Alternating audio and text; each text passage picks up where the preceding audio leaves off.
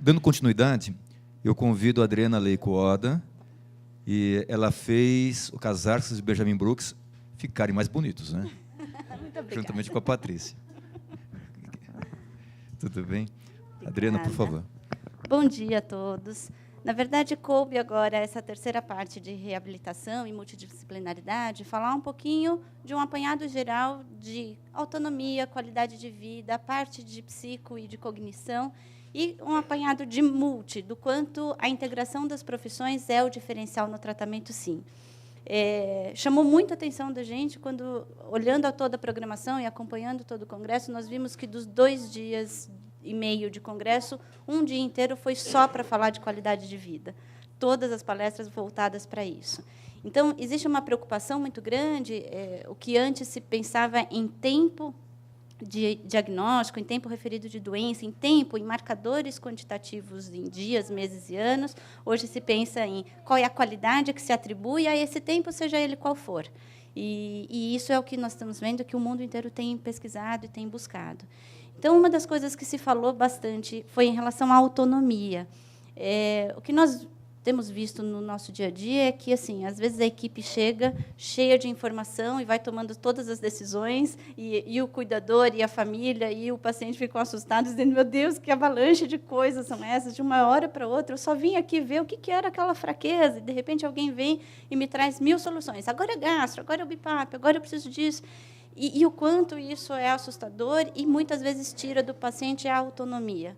Eu já ouvi várias vezes em consultas que a doença traz muito mais do que uma fraqueza muscular, e que não é a fraqueza que incomoda tanto, mas é a falta da autonomia. É o quanto ela lhe tira disso. Não só a autonomia do movimento, mas o que se colocou foi muito a autonomia da decisão.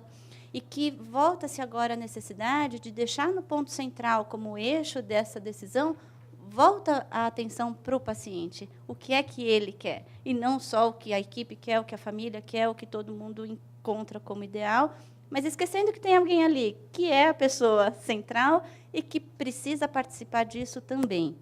Então, quando se fala em autonomia, esse trabalho da Austrália define que todas as condutas elas só podem ser bem alinhadas se eu tenho uma equipe por trás. Em todos os casos que eu não tenho equipe, isso se perde ao longo do caminho. E equipe não quer dizer ter físio, fono, TO, psico, nutri, quer dizer que essas pessoas se conversam durante todo o tratamento, em parceria com todos os profissionais envolvidos. E que, dentro disso, dentro dessa autonomia, para que eu consiga resgatar e oferecer isso ao paciente, eu tenho 3 estágios, sendo o primeiríssimo deles o envolvimento do paciente. O que é isso? É garantir a aderência, garantir a adesão dele, trabalhar com a expectativa que ele tem e, claro, a participação dele em todo o processo. Para que isso aconteça, eu não posso desconsiderar os valores que essa pessoa traz, que são valores construídos ao longo de toda a sua vida. Então, o que é importante, o que não é, o que é bom e o que não é, sem nenhum julgamento nosso, porque muitas vezes entra um julgamento pesado de dizer, nossa, mas você não vai fazer esse procedimento? E aí a pessoa se enche de culpa, dizendo, não, eu vou, tudo bem, eu cedo. Mas isso é importante que esteja sempre muito alinhado com a equipe, com tudo que está sendo dito. É claro que não adianta eu envolver o paciente se eu não tenho a informação para dar. Então, alguns trabalhos, como a Patrícia disse, tentaram cercar a questão da equipe e dizer, gente, vamos definir algumas condutas para que essa equipe caminhe no mesmo sentido. Não adianta um profissional falar uma coisa e o outro profissional falar o contrário. Né? Alguém dizer que você tem que comer alguma coisa e outro dizer, não coma isso não, que isso faz mal. Você fica completamente perdido. Então, o alinhamento da equipe é importante. Essa equipe estar bem atualizada é muito importante. E é responsabilidade nossa isso. Por quê? Porque, baseado nessa informação e nesses guidelines, é que nós podemos encontrar o momento ideal para a implementação de cada conduta. Então, tudo bem, temos na manga várias condutas que podem ser tomadas, mas não todas juntas, não aleatoriamente. Para todas elas, existem critérios.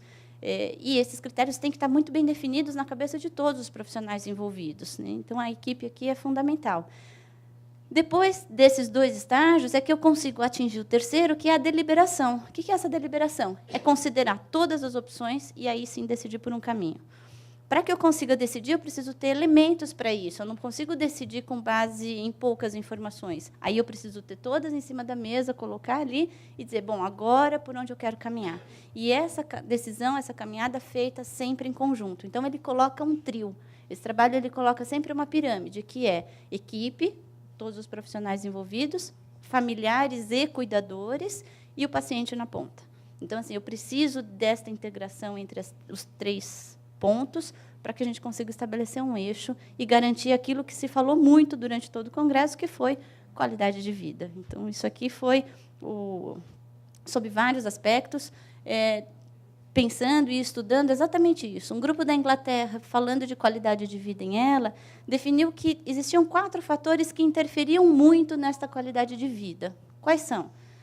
A questão social, a questão espiritual, as qualidades pessoais que essa pessoa já traz, ou seja, essa bagagem que já vinha desde antes, e quais as estratégias adotadas para eu conseguir driblar as minhas dificuldades. Antes, se pensava muito que a perda da qualidade de vida se dava pela perda do movimento. Então, agora ele não consegue andar e a qualidade de vida piorou muito. Agora ele não consegue se alimentar sozinho, então essa qualidade de vida piorou.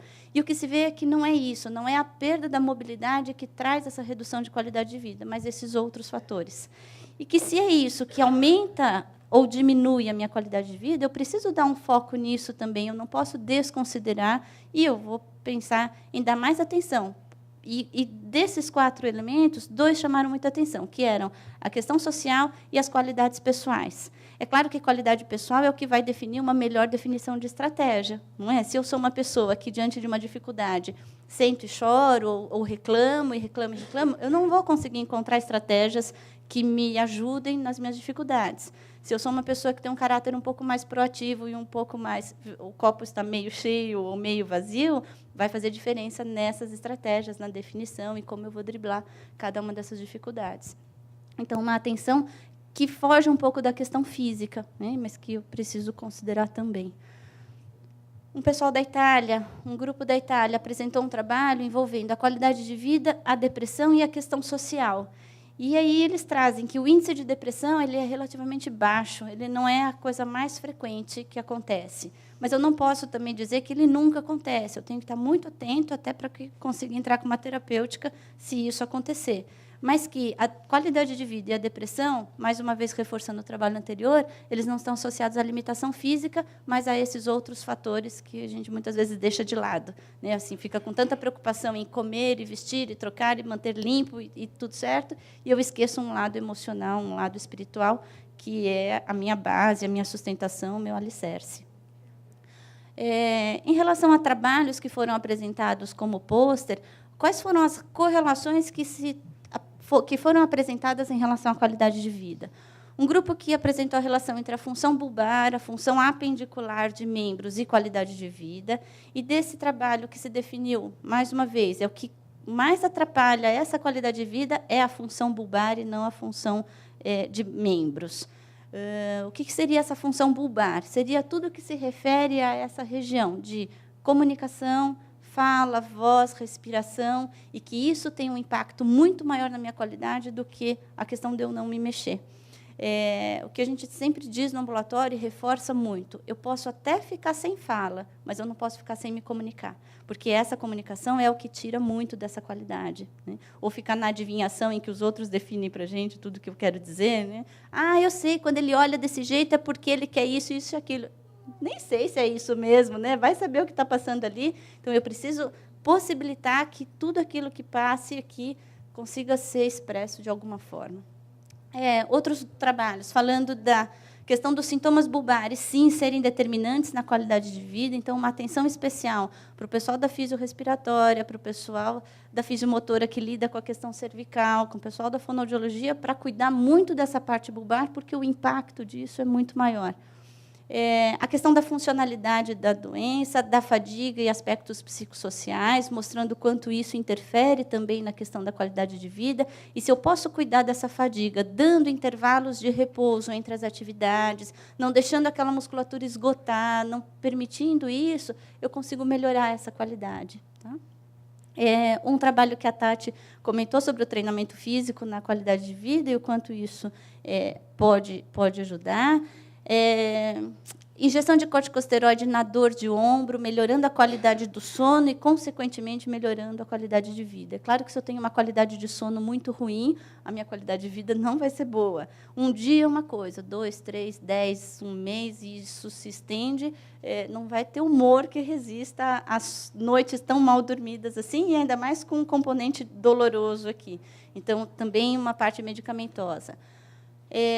O trabalho que o Eduardo, a Simone, o pessoal da respiratória do setor apresentou, que foram os aspectos respiratórios, o tempo de diagnóstico, a funcionalidade e a qualidade de vida, mostrando quanto todas essas coisas caminham juntas, sim.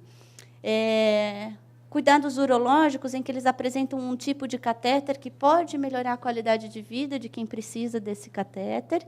E uma pergunta, um trabalho que era justamente esse: qual é a dose ideal de morfina, pensando no tratamento de dor?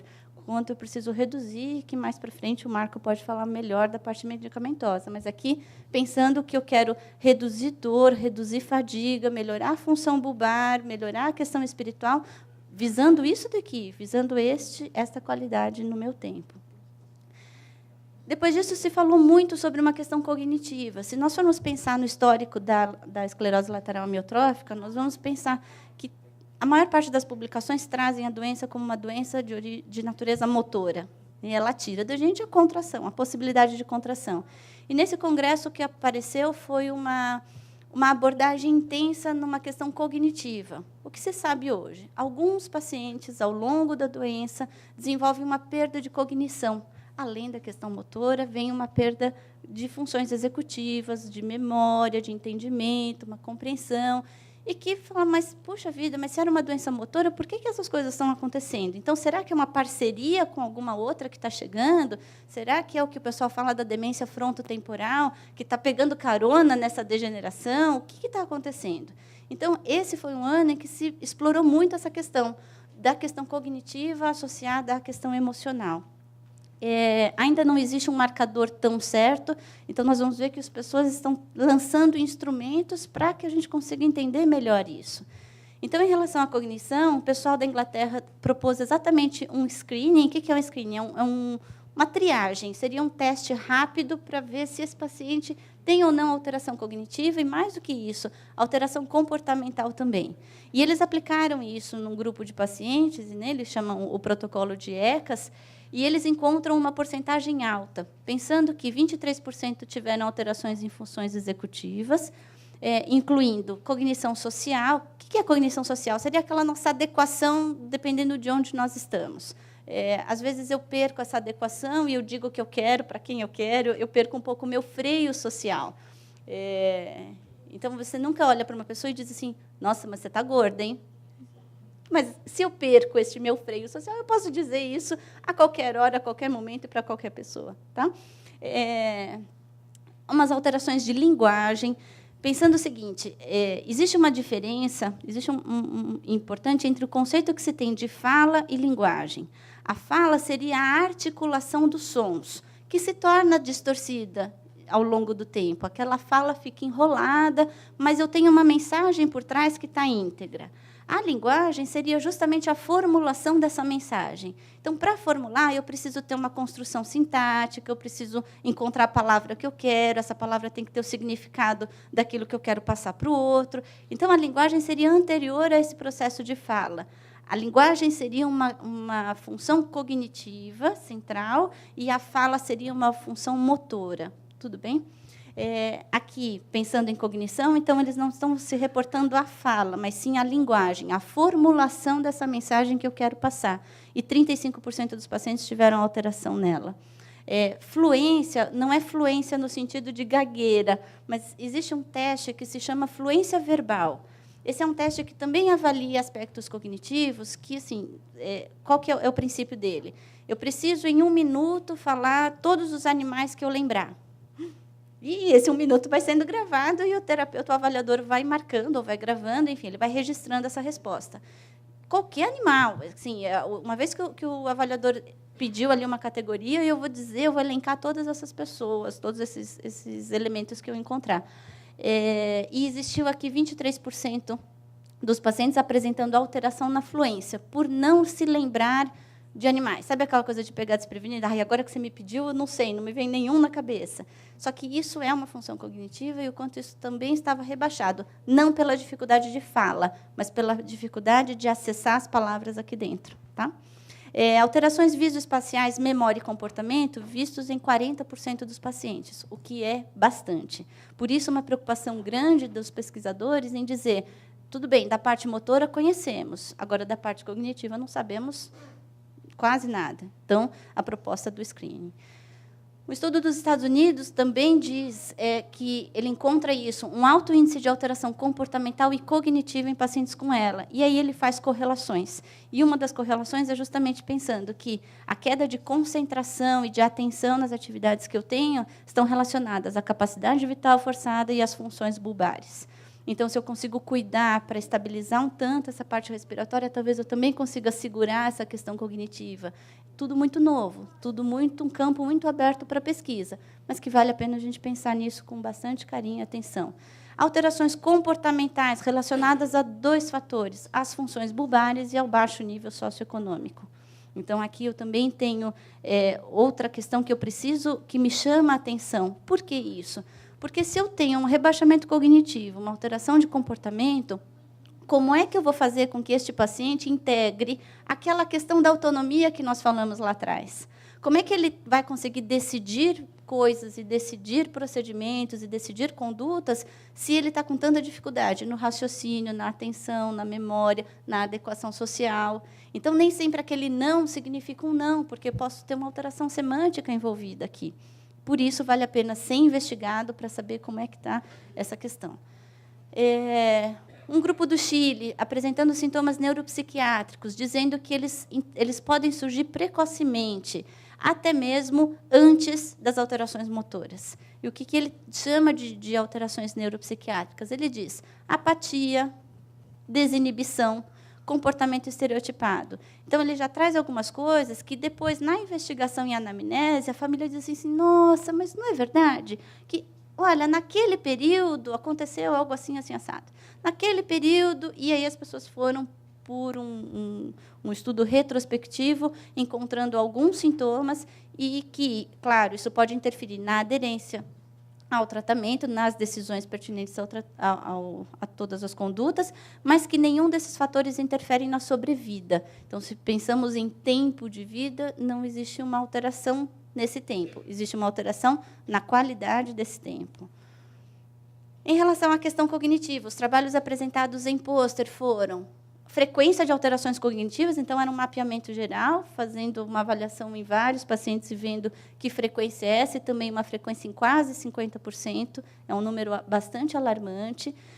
Grupos ofertando aqui um teste de triagem, que foi aquele que nós vimos, um grupo da Austrália mostrando dividindo ainda pacientes com doença do neurônio motor em 4 grupos. Aquele que tem a ELA só alteração motora, aquele que eles chamaram como ELA Plus, que seria alteração motora, mais alguma questão cognitiva, alguma questão comportamental, uma outra ELA bastante associada à demência frontotemporal e um outro grupo só de demência frontotemporal. Então, esse protocolo que eles aplicaram consegue definir esses 4 grupos e dizer, olha, por onde caminhamos. Isso é importantíssimo, porque a forma de apresentar e a conduta vai ser muito diferenciada. E, no contato que nós fizemos, na verdade, nós vamos trazer esse protocolo para cá e aplicar aqui na nossa população, ver se a população brasileira se comporta da mesma forma. Então, isso é um projeto agora para 2014. Um outro grupo fazendo esse teste de fluência verbal, normatizando os dados para o paciente com esclerose lateral. Então, esse teste que eu disse para vocês, de falar todos os animais no período de 1 minuto, o que se considera? Considera 14 animais. Se eu conseguir falar 14 animais dentro de 1 minuto, ok, ufa, né, eu estou dentro daquilo que se espera para normalidade em adultos. Mas eu preciso considerar que, por uma dificuldade de fala, eu vou ter uma velocidade de fala mais lenta. Então, eu vou precisar de um tempo um pouco maior. Por isso, esse grupo tentou normatizar, justamente pensando na questão da velocidade. Alguns trabalhos trazendo a questão da interface computadorizada. O que é isso? É aquele computador que você consegue se comunicar através do movimento dos olhos, e o quanto isso pode te ajudar justamente nessa avaliação cognitiva. Um outro grupo, enquanto fazia avaliação cognitiva, mapeava as alterações hemodinâmicas nesse paciente, e o outro grupo falando de disfunção de corpo caloso e alteração cognitiva. Ou seja, o que é que nós temos visto? As pessoas estão tateando, elas estão querendo descobrir que perfil é esse, para depois a gente pensar em conduta apropriada para cada um dos grupos. Em relação à psicologia e à questão emocional, os trabalhos apresentados foram: qual é o padrão das alterações de personalidade que podem ser encontradas? Nossa, Adriana, então você está me dizendo que pode ser que tenha alteração de personalidade? Pode, e é isso que eles estão mostrando aqui. Numa porcentagem menor, mas isso pode acontecer. Tá? Função executiva na esclerose lateral, com ou sem demência frontotemporal, né, com ou sem associação. Padrão do discurso semântico. O que é um discurso semântico? Pensa uma pessoa que fala evasivamente, assim, que ela fala, mas você fala, nossa, essa pessoa não fala coisa com coisa. Ou então, de um jeito bem leve. E uma experiência que todo mundo já viu em casa, se não em si, mas com certeza na mãe, na avó, enfim. Quando elas dizem para você assim, ai, pega aquele... Ai, como chama aquele? Aquele. Ai, está aqui, ó, na ponta da língua. Isso já é uma alteração semântica desse discurso. Quer dizer, eu não estou me lembrando a palavra, mas eu sei o que é. Não é um problema de memória. Eu sei o que eu quero falar, mas como é que chama mesmo aquilo? Não, então está contando sobre aquele ator, aquele que fez aquela novela, que fez o outro. E você vai, e esse nome não aparece nunca. Isso seria um exemplo de uma alteração desse discurso semântico. Então, assim, começa a ter, em vez de eu falar uma palavra, eu começo a usar termos genéricos. Então, em vez de eu dizer que o cachorro fez tal coisa, eu digo assim, aquele animal, e tudo vira um animal. Então, eu começo a substituir algumas palavras que, num nível muito leve, não me chama atenção. Nós, agora, em final de ano, em dezembro, todo mundo com a cabeça muito cansada, cometemos várias dessas trocas e vários desses erros. Normal. Agora, a questão é, por isso, e é por ser tão normal que não chama tanto atenção, mas o que se fala aqui é, existe uma alteração semântica nesse discurso prévio que merece ser avaliado antes, né? Merece dar uma luz para isso. A alteração de comportamento, alguns instrumentos de avaliação justamente para detectar esses sintomas neuropsiquiátricos. Um outro estudo que diz que o atraso no diagnóstico pode ser um fator de risco para a depressão. Eu não sei que fraqueza é essa, que é isso, com quem que eu estou brigando, e isso, sim, sendo um fator de risco para a depressão. Uma vez que eu saiba o diagnóstico e aí me alinha e eu sei por onde ir, eu consigo melhorar aí a minha rotina, a minha conduta e a minha questão emocional. E fatores que podem confundir depressão, que você acha que é depressão, mas que pode não ser. Em relação à multidisciplinaridade, sim, alguns preditores de sobrevida. Teve um trabalho muito bonito apresentado em relação à questão de fala, dizendo que na ela bulbar, naqueles casos que começam com alteração aqui de voz, fala, respiração, eu tenho aqui, num estudo com 146 pacientes, alguns fatores preditores, que seriam quais? A capacidade vital e o início bulbar. E, dentre isso, a inteligibilidade de fala, que seria o quê? O quanto eu entendo aquela fala, o quanto a pessoa fala e eu consigo compreender, isso seria o índice de inteligibilidade. Incompetência velofaríngea seria o nosso músculo lá do palato que fica fraco e dá para a minha fala uma característica mais fanhosa, mais nasalizada, isso também sendo um fator preditor, e a disfunção de língua. Então, são 3 pontos importantes que interferem diretamente na sobrevida. Né? Uns dados com tratamento estatístico, mostrando aí que eu também preciso cuidar da questão bulbar para que eu consiga, então, aumentar e trabalhar em torno dessa questão de sobrevida. Um grupo da Inglaterra mostrando alterações de fala e linguagem, então, dizendo a questão motora da fala, mas aquilo que nós estávamos conversando sobre a questão sintática, a questão semântica, que são questões de linguagem prévias, muito mais pertinentes ao discurso do que à produção em si. E que mais de 50% dos pacientes apresentaram alguma alteração aqui, inclusive de compreensão da pessoa falar e o paciente ter mais dificuldade em entender. Então, tudo isso também mapeado nesse trabalho da Inglaterra. Um trabalho da Itália mostrando um grupo que foi feito o tratamento baseado em hipnose e o quanto teve um efeito no cuidador. Foi um grupo pequeno, foram 15 pacientes, e o que eles viram depois de um mês, todos sendo tratados, uma melhora aí de depressão, ansiedade, questões físicas e afetivas de qualidade de vida. E aí ele traz a hipnose como uma alternativa de tratamento, mas pensando que sozinho ninguém faz nada. Eles apresentam como uma alternativa dentro de um conjunto todo de condutas, que eram tudo que estava sendo apresentado ali no Congresso. Falou-se também sobre uma questão de sexualidade, que é pouquíssimo abordada, e acho que foi uma mesa que falou sobre isso, mas que não seria deixado de lado. E, de novo, voltando à questão da sexualidade, a qualidade de vida, dizendo o que já foi reforçado. Ela está mais relacionada às questões emocionais do que às questões físicas e funcionais. Nessa pesquisa que foi feita, para os pacientes o interesse sexual persiste, mas reduz para os cuidadores. E reforça, de novo, o que a Patrícia disse aqui, atenção a esse cuidador. Ele precisa de colo, ele precisa de cuidado, ele precisa de atenção, porque ele, muitas vezes, está sendo o pilar daquela situação. Então, se esse pilar quebra, a casa cai mesmo. Eu preciso de bastante atenção em relação a isso. Estudos anteriores mostrando que a questão da sexualidade, trazendo uma boa qualidade de vida, tanto para os pacientes quanto para os cuidadores, e, em 2012, um grupo dizendo que o desejo sexual aumentou, mas não teve alteração do comportamento sexual. Então, assim, às vezes, um assunto que se varre para debaixo do tapete, que não se coloca, que não se aborda, mas que também pode interferir bastante aqui na minha qualidade de vida. O grupo da Inglaterra, falando bastante da questão de planejamento de cuidado no final da vida. O que fazer em estágios finais? O que se colocou bastante foi que dá uma sensação, isso para outros grupos de atendimento também, que é feito um tratamento intensivo logo que começa, então, naquela parte de diagnóstico, nossa, todo mundo bastante empenhado em definir com quem eu estou brigando.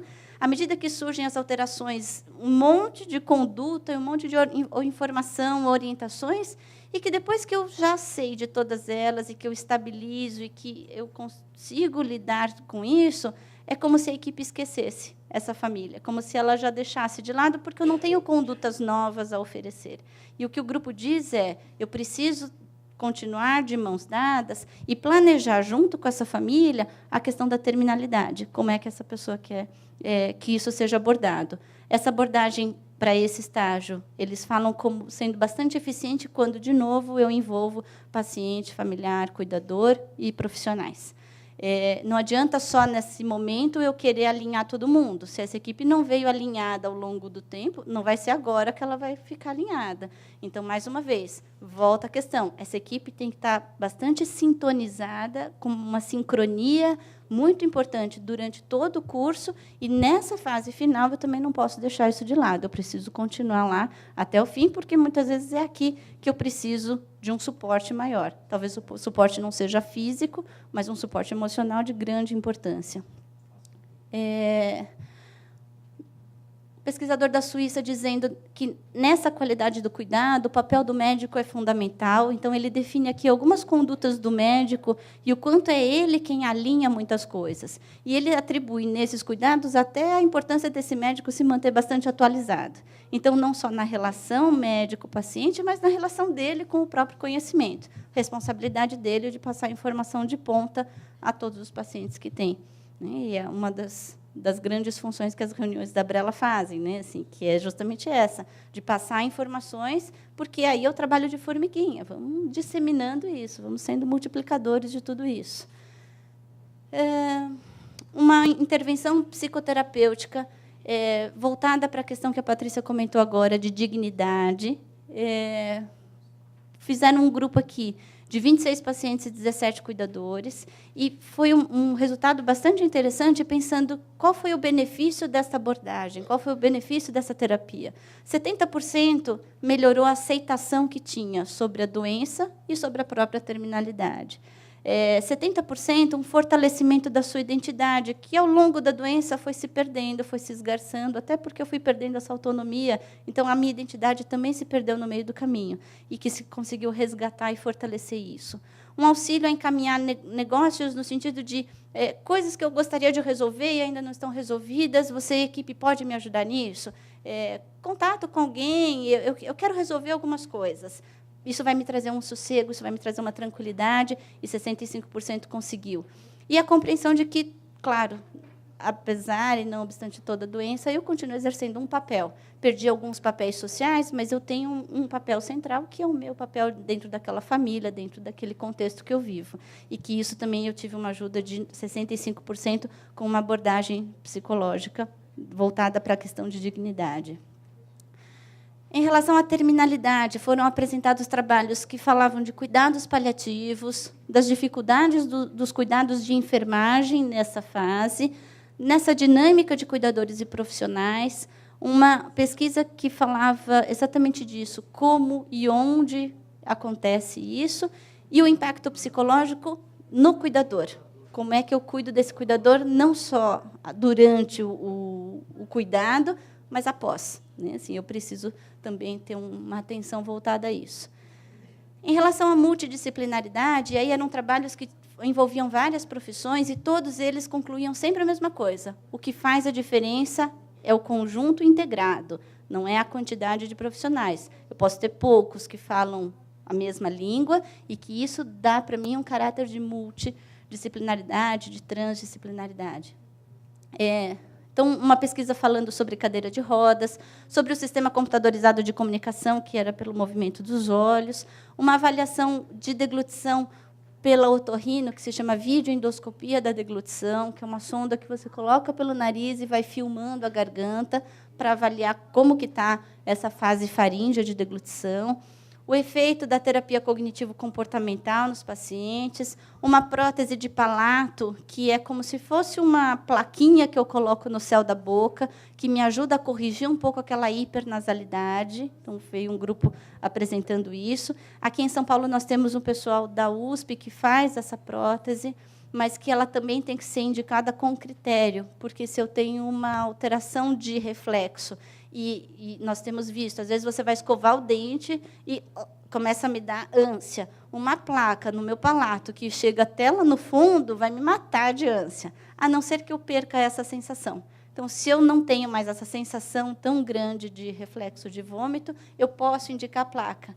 Mas, se eu tenho, ela já passa a ser contraindicada, porque o desconforto vai ser tão grande que o benefício eu não vou nem conseguir falar, já que eu vou estar enjoado o tempo todo. E uma proposta de adaptação para o paciente com dificuldade motora de membros superiores alimentar-se pela gastro sem auxílio. Então, de novo, aqui pensando na questão da autonomia. Ainda em relação à multidisciplinaridade, uma proposta de orientações e condutas para físio, fono e TO, a questão da necessidade imensa de um planejamento terapêutico bem definido, com critérios e etapas e metas, a necessidade de cuidar da equipe, cuidar de quem cuida, né? Um trabalho falando do custo no gerenciamento desses cuidados, quanto custa isso, né? Assim, envolvendo tudo. Às vezes a gente não coloca na ponta do lápis, né? Porque se colocar assusta, mas aqui eles fazem esse levantamento. Tinha um grupo do Canadá fazendo um banco de voz e uma reconstrução da voz para se colocar no equipamento computadorizado. Então, para quem usa comunicação alternativa, sabe que tem alguns sistemas que têm o falador. O falador é uma voz de robô que tem ali, e que alguns até dão a opção, você quer uma voz masculina ou feminina? Tem sistemas que não te dão essa opção. Eu sou mulher e aparece ali uma voz masculina, que é o que vai me representar na comunicação. E esse estudo aqui, ele consegue gravar a voz do paciente, o sistema reconstrói a sua própria voz, e aí o computador vai falar com a minha voz, o que me dá aí um pouquinho mais dessa questão de personalização e tudo mais. Mas uma outra realidade, lá eu tenho a maior parte das pessoas usando sistemas computadorizados de comunicação. E não é a nossa realidade. Aqui nós temos poucos, um número muito pequeno usando, pela questão do custo mesmo, né? Pela questão da aplicabilidade dele. O trabalho que nós levamos falando sobre a relação entre a inteligibilidade de fala, a musculatura e a respiração, mostrando o quanto existe uma sincronia, um casamento entre esses três elementos. E o que a gente viu muito em todos os trabalhos, eles traziam sempre um slide que era a lição de casa, o que levar para casa. E, de todos esses trabalhos, o que é que nós vamos levar para casa? É esse último trabalho aqui, é o efeito da equipe na sobrevida do paciente. Quando eu tenho uma equipe integrada, que todo mundo veio sempre alinhado, aí sim eu consigo interferir na qualidade, como vimos nos trabalhos anteriores, mas agora mapeado na sobrevida, no tempo de vida também. Então, eu somo vários elementos, mas se eu não tenho essa conversa aqui, eu não tenho essa integração, eu pioro tudo. Né? Assim, eu tenho aí uma qualidade ruim, não só qualidade, mas aqui eu acho que seria a nossa lição de casa, pensar na integração da equipe.